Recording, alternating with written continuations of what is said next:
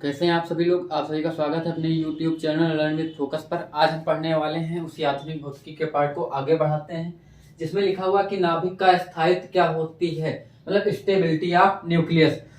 Nucleus क्या होता है, मतलब नाभिक का स्थायित्व। हमने पढ़ा है कि जो है कोई भी तत्व किससे मिलकर बना होता है, अणु अणु किससे मिलकर बने होते हैं, परमाणुओं से मिलकर बने होते हैं। और परमाणु में हमने उसका जब स्ट्रक्चर देखा था तो क्या देखा था कि परमाणु में जो प्रोटॉन होते हैं, प्रोटॉन न्यूट्रॉन उसके नाभिक में स्थित होते हैं और इलेक्ट्रॉन उनकी वाय कक्षाओं में चक्कर लगाते रहते हैं। फिर हमने देखा जितने नंबर ऑफ इलेक्ट्रॉन होते हैं उतने नंबर ऑफ प्रोटॉन होते हैं, लेकिन हमने देखा कि प्रोटॉनों पे तो सेम चार्ज होता है और उनके बीच रिपल्सन काम करना चाहिए। लेकिन वो हमने फिर बताया कि वो जब 3 फर्मी से कम दूरी पर रखे होते तो उनके बीच प्रतिकर्षण न लगकर उनके बीच स्ट्रांग न्यूक्लियर फोर्स नाभिकीय बल काम करने लगता है, जिसके कारण वो एक दूसरे से भागते नहीं और परस्पर बहुत मजबूती के साथ क्या होते हैं, दो प्रोटॉन परस्पर बहुत मजबूती के साथ बंधे रहते हैं। तो हमको ये समझ में आया, ठीक है, इसकी वजह से कोई भी न्यूक्लियस या नाभिक क्या होता है, स्थायी होता है। लेकिन एक समय ऐसा आता है कब हमने देखा कि नाभिक के अंदर न्यूट्रॉन और प्रोटॉन दोनों होते हैं, लेकिन फिर बताया गया जी कि दोनों का अनुपात, न्यूट्रॉन और प्रोटॉन का जब अनुपात 1:1 के अनुपात में हो। मान लीजिए हम केवल न्यूट्रॉन प्रोटॉन की बात करेंगे, नाभिक है हमारा नाभिक जिसको हम लोग न्यूक्लियस कहते हैं। इस नाभिक में जब दोनों 1:1 के अनुपात में होते हैं, अर्थात 1:1, 1:1 का मतलब अगर ये 10 न्यूट्रॉन है तो 10 प्रोटॉन हो, अनुपात लेंगे तो कितना आएगा, 1:1। लेकिन ये 1:1 में ना होकर जब क्या होता है, न्यूट्रॉनों की संख्या बढ़ने लगती है। किसकी संख्या बढ़ने लगती है, न्यूट्रॉन। और जब न्यूट्रॉन की संख्या बढ़ेगी तो इसका अनुपात भी क्या हो जाएगा, बढ़ जाएगा, क्योंकि ऊपर की वैल्यू बढ़ेगी तो उनका अनुपात भी क्या होता है, बढ़ता है। तो हमने क्या देखा कि जब न्यूट्रॉनों की संख्या बढ़ेगी तो इनका रेशियो भी बढ़ जाएगा और n/p का रेशियो जब क्या हो जाए 1.5 से ज्यादा हो जाए, 1.51, अर्थात रेशियो 1.5 से जैसे ही ऊपर क्रॉस करता है तो क्या हो जाता है, नाभिक स्थायी नहीं रहता। हम कहेंगे उस समय नाभिक क्या होता है, स्थायी नहीं होता। क्या नहीं होता है, स्थायी नहीं होगा। स्थायी क्यों नहीं होगा, क्योंकि उनके बीच का जो स्ट्रांग न्यूक्लियर फोर्स है, आकर्षण बल खत्म हो जाता है।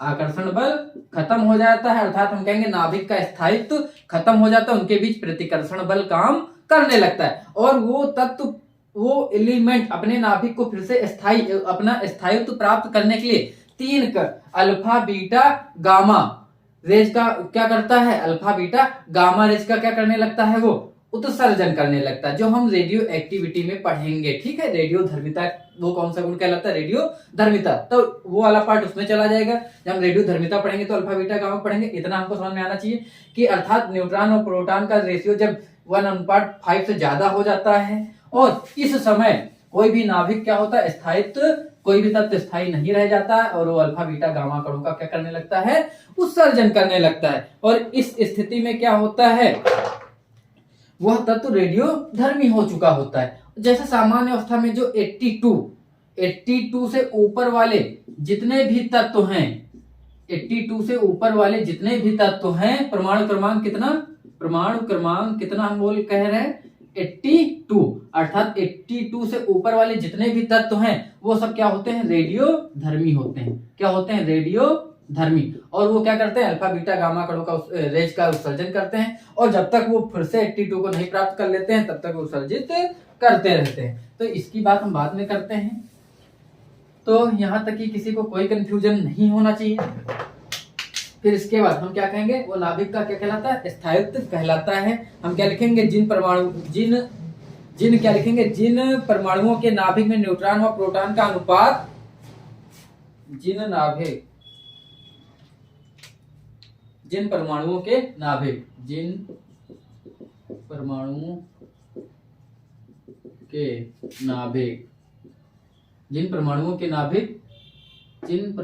नाभिक में P और N समझ ही गए होंगे, का अनुपात 1:1 हो, सबसे स्थायी, सबसे वो तत्व सबसे अधिक स्थायी होंगे, सबसे स्थायी, और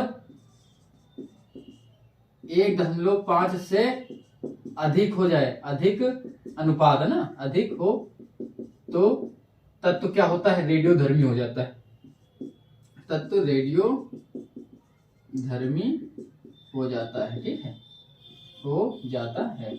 अच्छा क्यों होता है आपको पता ही चल गया होगा क्यों, क्योंकि उनके बीच कार्य करने वाला आकर्षण बल क्या होता है, प्रतिकर्षण में बदल जाता है। आकर्षण क्या मतलब, प्रोटॉनों में प्रतिकर्षण ही होता है, लेकिन स्ट्रांग न्यूक्लियर फोर्स के कारण वो एक दूसरे से क्या होते हैं, चिपके हुए होते हैं। और जब इनसे ज्यादा हो जाता है तो घटना नहीं होती और वो रेडियोधर्मी हो चुके होते हैं, ठीक। तो इसके बाद हम लोग अगले वाले टॉपिक में पढ़ेंगे। अगला क्या है कि जो समस्थानिक परमाणु, ठीक है, अर्थात जो समस्थानिक क्या होते हैं और समभारी परमाणु क्या होते हैं। तो हम समस्थानिक और समभारी सीखेंगे। तो याद रखना, समस्थानिक और समभारी पढ़ने के पहले हम लोग परमाणु क्रमांक जान लेते हैं। अभी जो इसकी बात हुई कि परमाणु क्रमांक क्या होता है, या इसको हम परमाणु संख्या भी कहते हैं। तो परमाणु क्रमांक क्या होता है, किसी भी तत्व में उपस्थित जो भी प्रोटॉनों की संख्या होती है ना, उपस्थित प्रोटॉनों की संख्या, नंबर ऑफ प्रोटॉनों की संख्या को ही हम क्या कहते हैं, तत्व का परमाणु क्रमांक कहते हैं, ठीक है, एटॉमिक नंबर कहते हैं। संख्या को तत्व का हम लोग क्या कहते हैं, परमाणु क्रमांक कहते हैं। क्या कहते हैं, परमाणु क्रमांक कहते हैं, तत्व का परमाणु क्रमांक कहते हैं। अर्थात कोई भी तत्व है उसमें जो भी नंबर ऑफ प्रोटॉन है वही उसका क्या कहलाता है, और इसको हम किससे दिखाते हैं, जेड से। जेड का मतलब ही क्या हो जाएगा, प्रोटॉनों की संख्या, ठीक।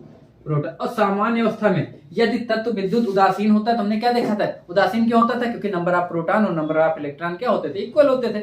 इसी के कारण सेम चार्ज होने, अपोजिट चार्ज होने के कारण जब क्या करते थे, एक दूसरे से मिलकर निरस्त कर देते थे और उनका कुल विद्युत आवेश कितना होता था, शून्य। और हम कहते हैं कि सामान्य अवस्था में परमाणु क्या होता है, उदासीन होता है। अर्थात जब परमाणु उदासीन होगा तो प्रोटॉनों की संख्या किसके बराबर होगी, इलेक्ट्रॉनों की संख्या। और उस समय जो इलेक्ट्रॉनों की संख्या होगी वो भी परमाणु क्रमांक के बराबर होगी, लेकिन शर्त क्या है कि वो परमाणु कैसा होना चाहिए, विद्युत उदासीन होना चाहिए। वो मैं लिखाऊंगा नहीं, वो खुद आप लोग का अंडरस्टूड है, आप समझ लेंगे।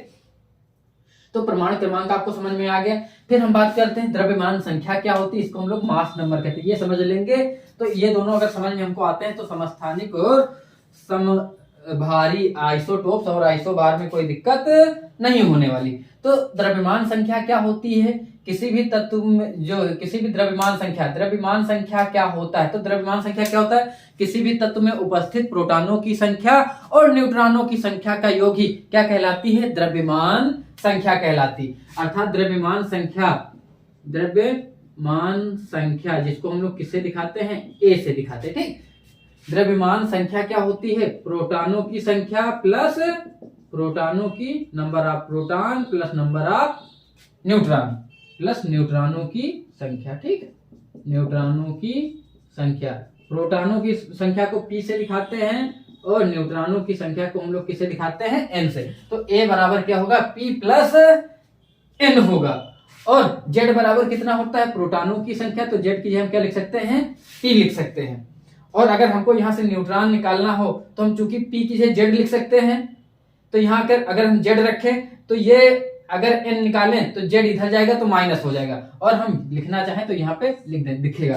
तो इसका मतलब इन नंबर ऑफ न्यूट्रॉन निकालना हो तो हम लोग क्या कर सकते हैं, ए से जेड को माइनस कर सकते हैं। ए से जेड माइनस होने का मतलब नंबर ऑफ न्यूट्रॉनों की संख्या बराबर क्या हो जाएगा, बोलो, परमाणु न्यूट्रॉनों की संख्या बराबर द्रव्यमान संख्या माइनस परमाणु क्रमांक। अभी समझ में आएगा, कोई दिक्कत नहीं। ये देखो जेड एक्स ए, अभी हम उदाहरण सहित आइसोटोप्स वगैरह में चलेंगे तो कोई दिक्कत नहीं, आप निकालेंगे बार बार।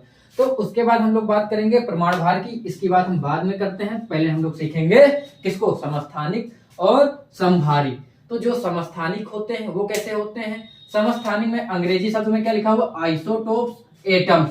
आइसो का मतलब होता है सेम, और टोप्स मतलब प्लेस। टोप्स को क्या कहते हैं, प्लेस मतलब स्थान। अर्थात सम स्थान मतलब सेम मतलब एक ही स्थान, मतलब प्लेस मतलब स्थान, मतलब सम स्थानिक मतलब एक ही स्थान पर, है ना।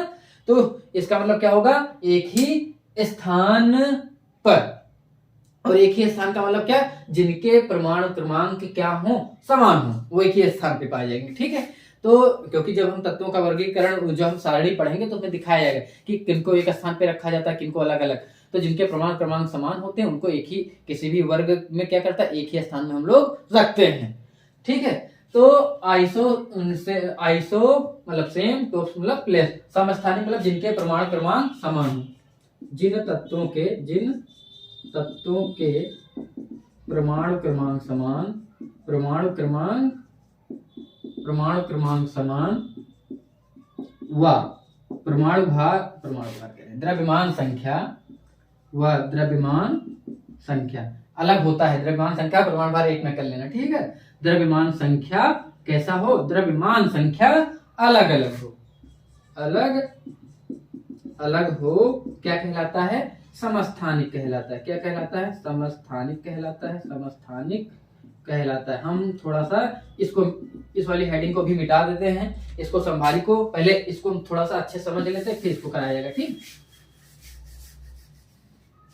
तो क्या कहलाता है? अलग अलग हो, समस्थानिक कहलाता है। अर्थात जैसे मैं सामान्य अवस्था में कुछ उदाहरण आपको दूंगा और वो आपको समझ में भी आने चाहिए जो आइसोटोप्स के होंगे। मैं ऑक्सीजन का उदाहरण देता हूं, जैसे 8O16 ऑक्सीजन का 17 8O18। आराम से समझेंगे, आपको पूरा एकदम क्लियर समझ में आएगा, नो डाउट। और इनसे प्रश्न आते हैं। और मैं सबसे बड़ी बात ये बताऊं कि ये आपके कंपटीशन के लिए बहुत इंपॉर्टेंट है। एनटीपीसी, रेलवे, एसएससी, सीएचएसएल, जितने भी कॉम्पिटिटिव एग्जाम, जो भी प्रतियोगी परीक्षाएं हैं, उसके प्लस हम लोग क्लास 9 के जो भी बच्चे स्टूडेंट हैं उनके लिए तो महत्वपूर्ण इंपॉर्टेंट है, ठीक है, क्योंकि उनके सिलेबस का ही हिस्सा है।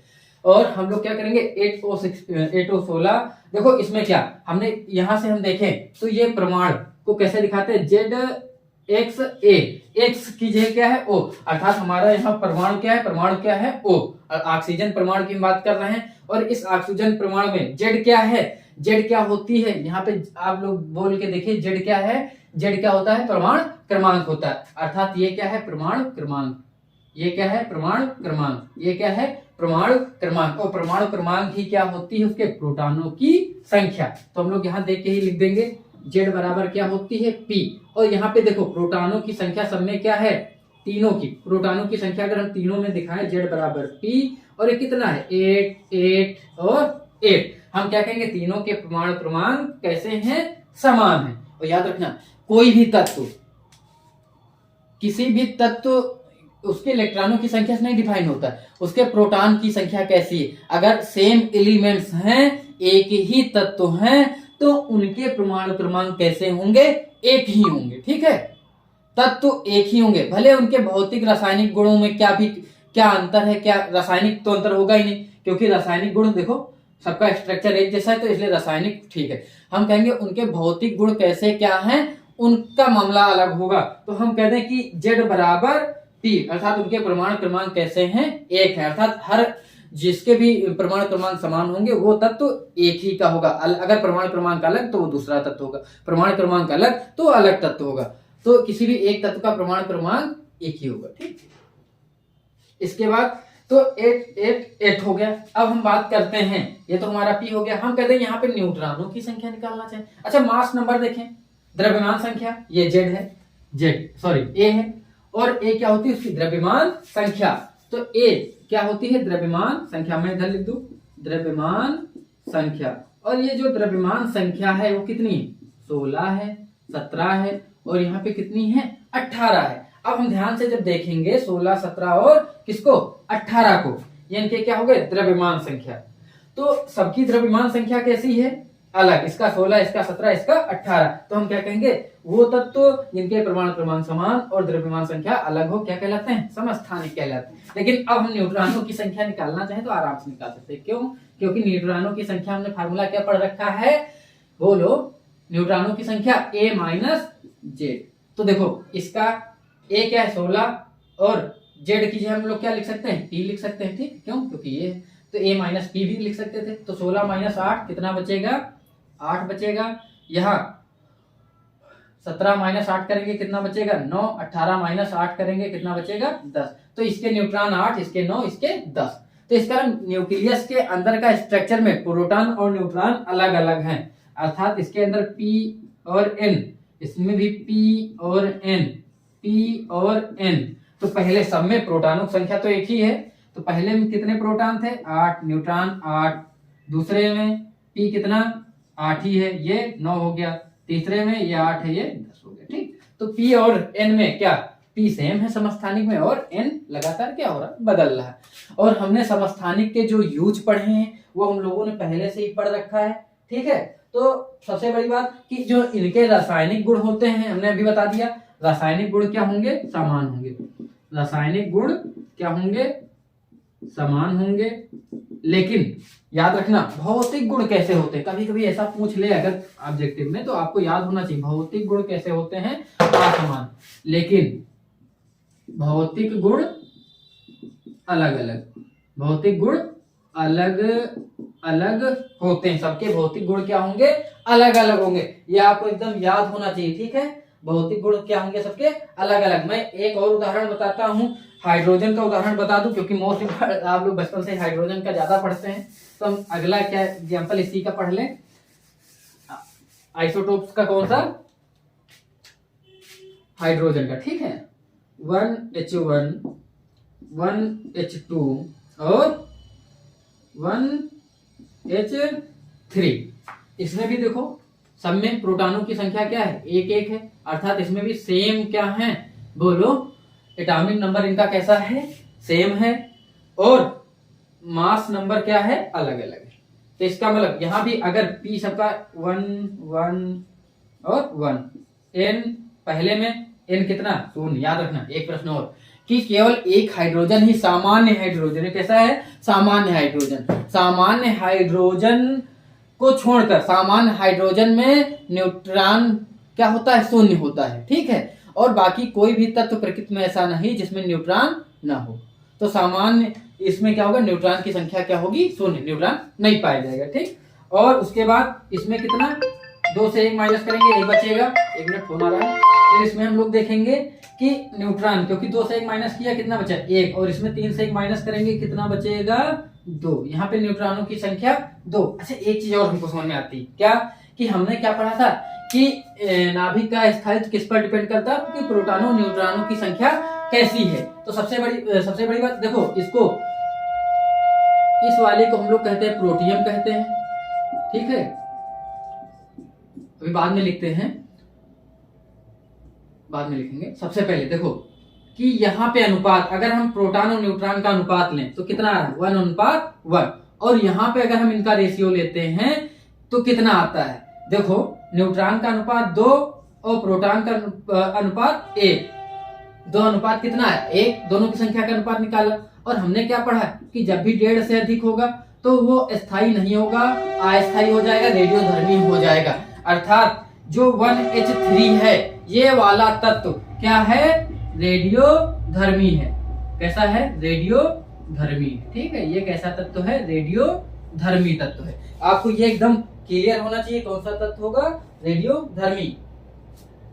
तो हम लोग सबसे पहले याद कर लेंगे, इसको क्या कहते हैं, प्रोटियम कहते हैं। इसको क्या कहेंगे, प्रोटियम कहते हैं।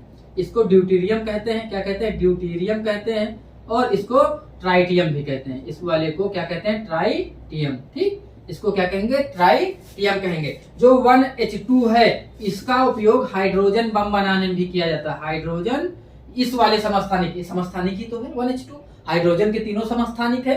तो 1H2 का उपयोग क्या किया जाता है, हाइड्रोजन बम बनाने में। बाकी हमने कल कुछ समस्थानिक आपको बता भी दिए थे, उपयोग हाइड्रोजन बम बनाने में किया जाता है, हाइड्रोजन बम बनाने में, ठीक। इस समस्थानिक का दिखाई दे रहा है कि नहीं, हाँ बहुत आराम से दिखाई दे रहा है। तो हाइड्रोजन बम बनाने में किया जाता है, ठीक है। और इस तरीके के हम लोग समस्थानिकों का क्या करते रहते हैं, उपयोग करते रहते हैं, ठीक है।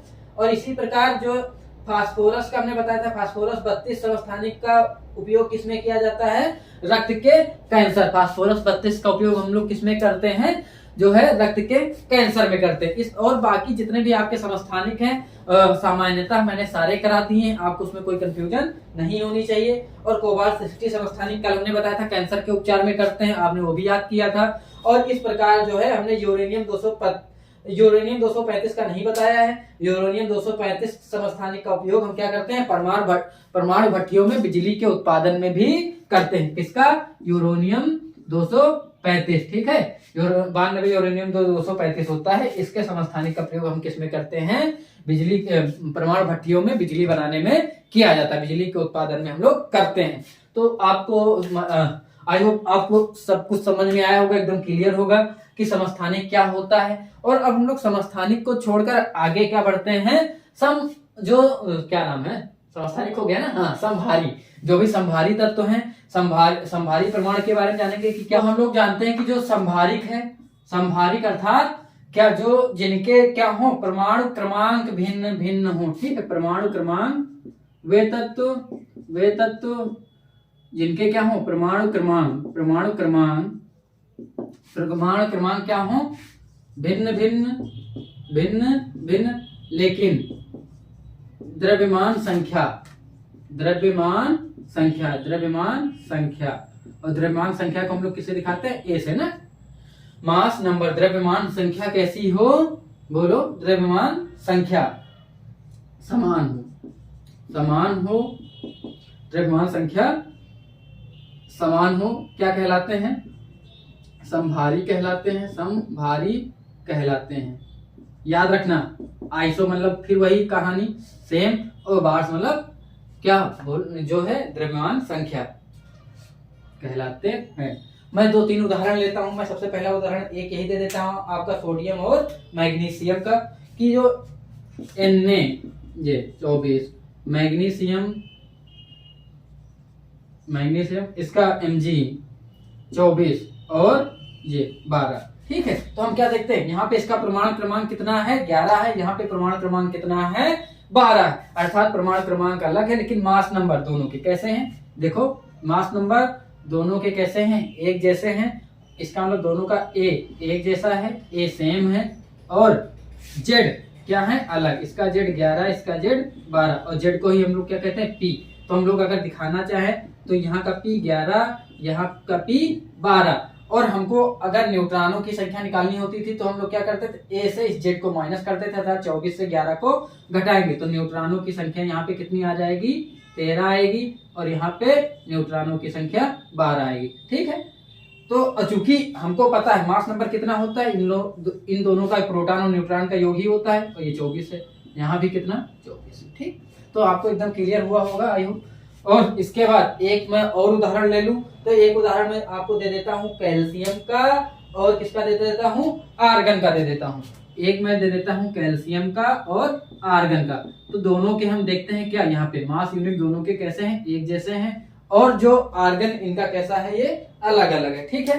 तो हम लोग ऐसा, ये कैल्शियम 20 और ये 18, तो हम लोग क्या देखते हैं यहाँ पे कि P दोनों का कैसा है, सेम है, सॉरी, परमाणु क्रमांक अलग है, और मास नंबर कैसे हैं, सेम है। और यहाँ से N निकालें तो 40 से 20 जाएंगे, 20 बचेंगे, और यहाँ घटाएंगे तो कितना बचेगा, N 22 बचेगा, लेकिन टोटल कितना है, 40, ठीक। तो यहाँ पे अभी हमको समझ में आया।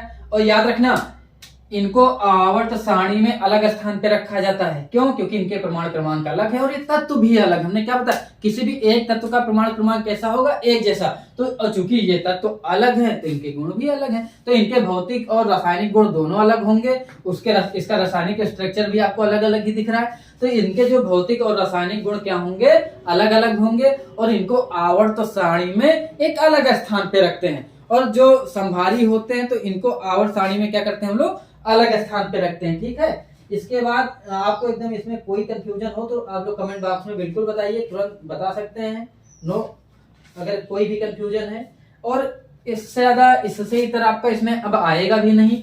इसके बाद हम लोग चलेंगे कि जो परमाणु भार है, कि परमाणु भार क्या होता है। परमाणु भार क्या होता है कि किसी तत्व के परमाणु भार वह संख्या होती है जो किसी भी कार्बन 12 ना, उसका जो एक परमाणु का जो 12वां भाग के भार का कितने गुना भारी है ये दिखाता है। अर्थात वह संख्या प्रदर्शित करता है कि उस तत्व का परमाणु कार्बन 12 परमाणु के 12वें भाग द्रव्यमान से कितना गुना भारी। पहले ऐसा होता था कि कितना लिया जाए, तो उन्होंने ऐसा कर लिया कि कार्बन 12 जो होता है इसका जो परमाणु भार होता है ये कितना होता है, 12 AMU होता है, एटॉमिक मास यूनिट लिया जाता था। और अब IUPAC में केवल U लिया जाता है, ठीक है। तो इसके 12वें भाग को अगर हम करेंगे, 12वां भाग करेंगे तो कितना आ जाएगा, 1 AMU। तो इसका मतलब कार्बन 12 का 12वां भाग का मतलब है 1 AMU से कितना गुना है, तो लगभग हाइड्रोजन का 1 AMU ही होता है 1। तो इसलिए कार्बन का 12वां भाग हाइड्रोजन के परमाणु भार के क्या होता है, बराबर ही होता है। अब उससे या हम इसको ऐसे भी कह सकते थे, हाइड्रोजन से डायरेक्ट मैं कह दूं कि हाइड्रोजन का 1 mu ही होता है। क्यों? क्योंकि कार्बन 12 के 12वें भाग कितना होगा, 1 mu होगा, और हाइड्रोजन का 1 mu ही होता है। तो हम कह सकते थे डायरेक्ट कि हाइड्रोजन से कितने गुना भारी है, या हम कह सकते हैं कि कार्बन 12 के परमाणु के 12वें भाग से कितने गुना भारी है। तो 1 mu से कितने गुना भारी, और हम इसको दिखाते चले थे। IUPAC के संदर्भ में यही लिया गया है कि ये 1 mu से कितने गुना है, अर्थात किसी भी तत्व का परमाणु भार कितना होता है। ये देखो 12.01 समथिंग वही होता है। और द्रव्यमान संख्या कितनी होती है, क्योंकि कार्बन 12 में क्या होता है कि 6 प्रोटॉन होते हैं और 6 न्यूट्रॉन होते हैं। इसको हम क्या लिखते हैं, 6C12 लिखते हैं। आपको यहाँ समझ में आता है कि प्रोटॉन कितने हैं, 6 हैं, और 6 प्रोटॉन है तो 6 क्या हो जाएंगे, न्यूट्रॉन हो जाएंगे यहाँ पे। और किसी तत्व का परमाणु भार क्या होता है, उस तत्व के परमाणु भार का द्रव्यमान लिख लेंगे, कितना द्रव्यमान है। और कार्बन 12 के एक परमाणु भार का 1 mu होता है, उसको कितना होता है लिख के हम डिवाइड करा लेंगे, उस तत्व का क्या आ जाएगा, परमाणु भार आ जाएगा। तो आज की क्लास में आपके लिए इतना ही पर्याप्त है। फिर हम लोग नेक्स्ट क्लास में रेडियो धर्मिता को सीखेंगे, क्योंकि आज की क्लास थोड़ी सी लंबी हो रही, तो हम सोच रहे हैं कि 20-22 मिनट से ज्यादा को क्लास को ना रखा जाए। तो हम लोग अगली क्लास में रेडियो धर्मिता के बारे में जानेंगे।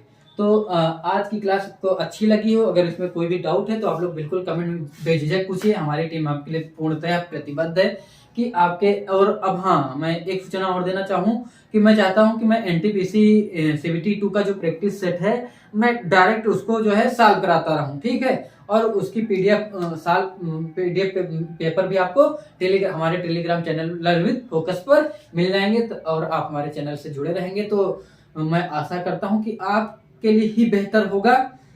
चलिए, तब तक के लिए आप सभी को बेहतर भविष्य की शुभकामनाओं के साथ शुभ रात्रि।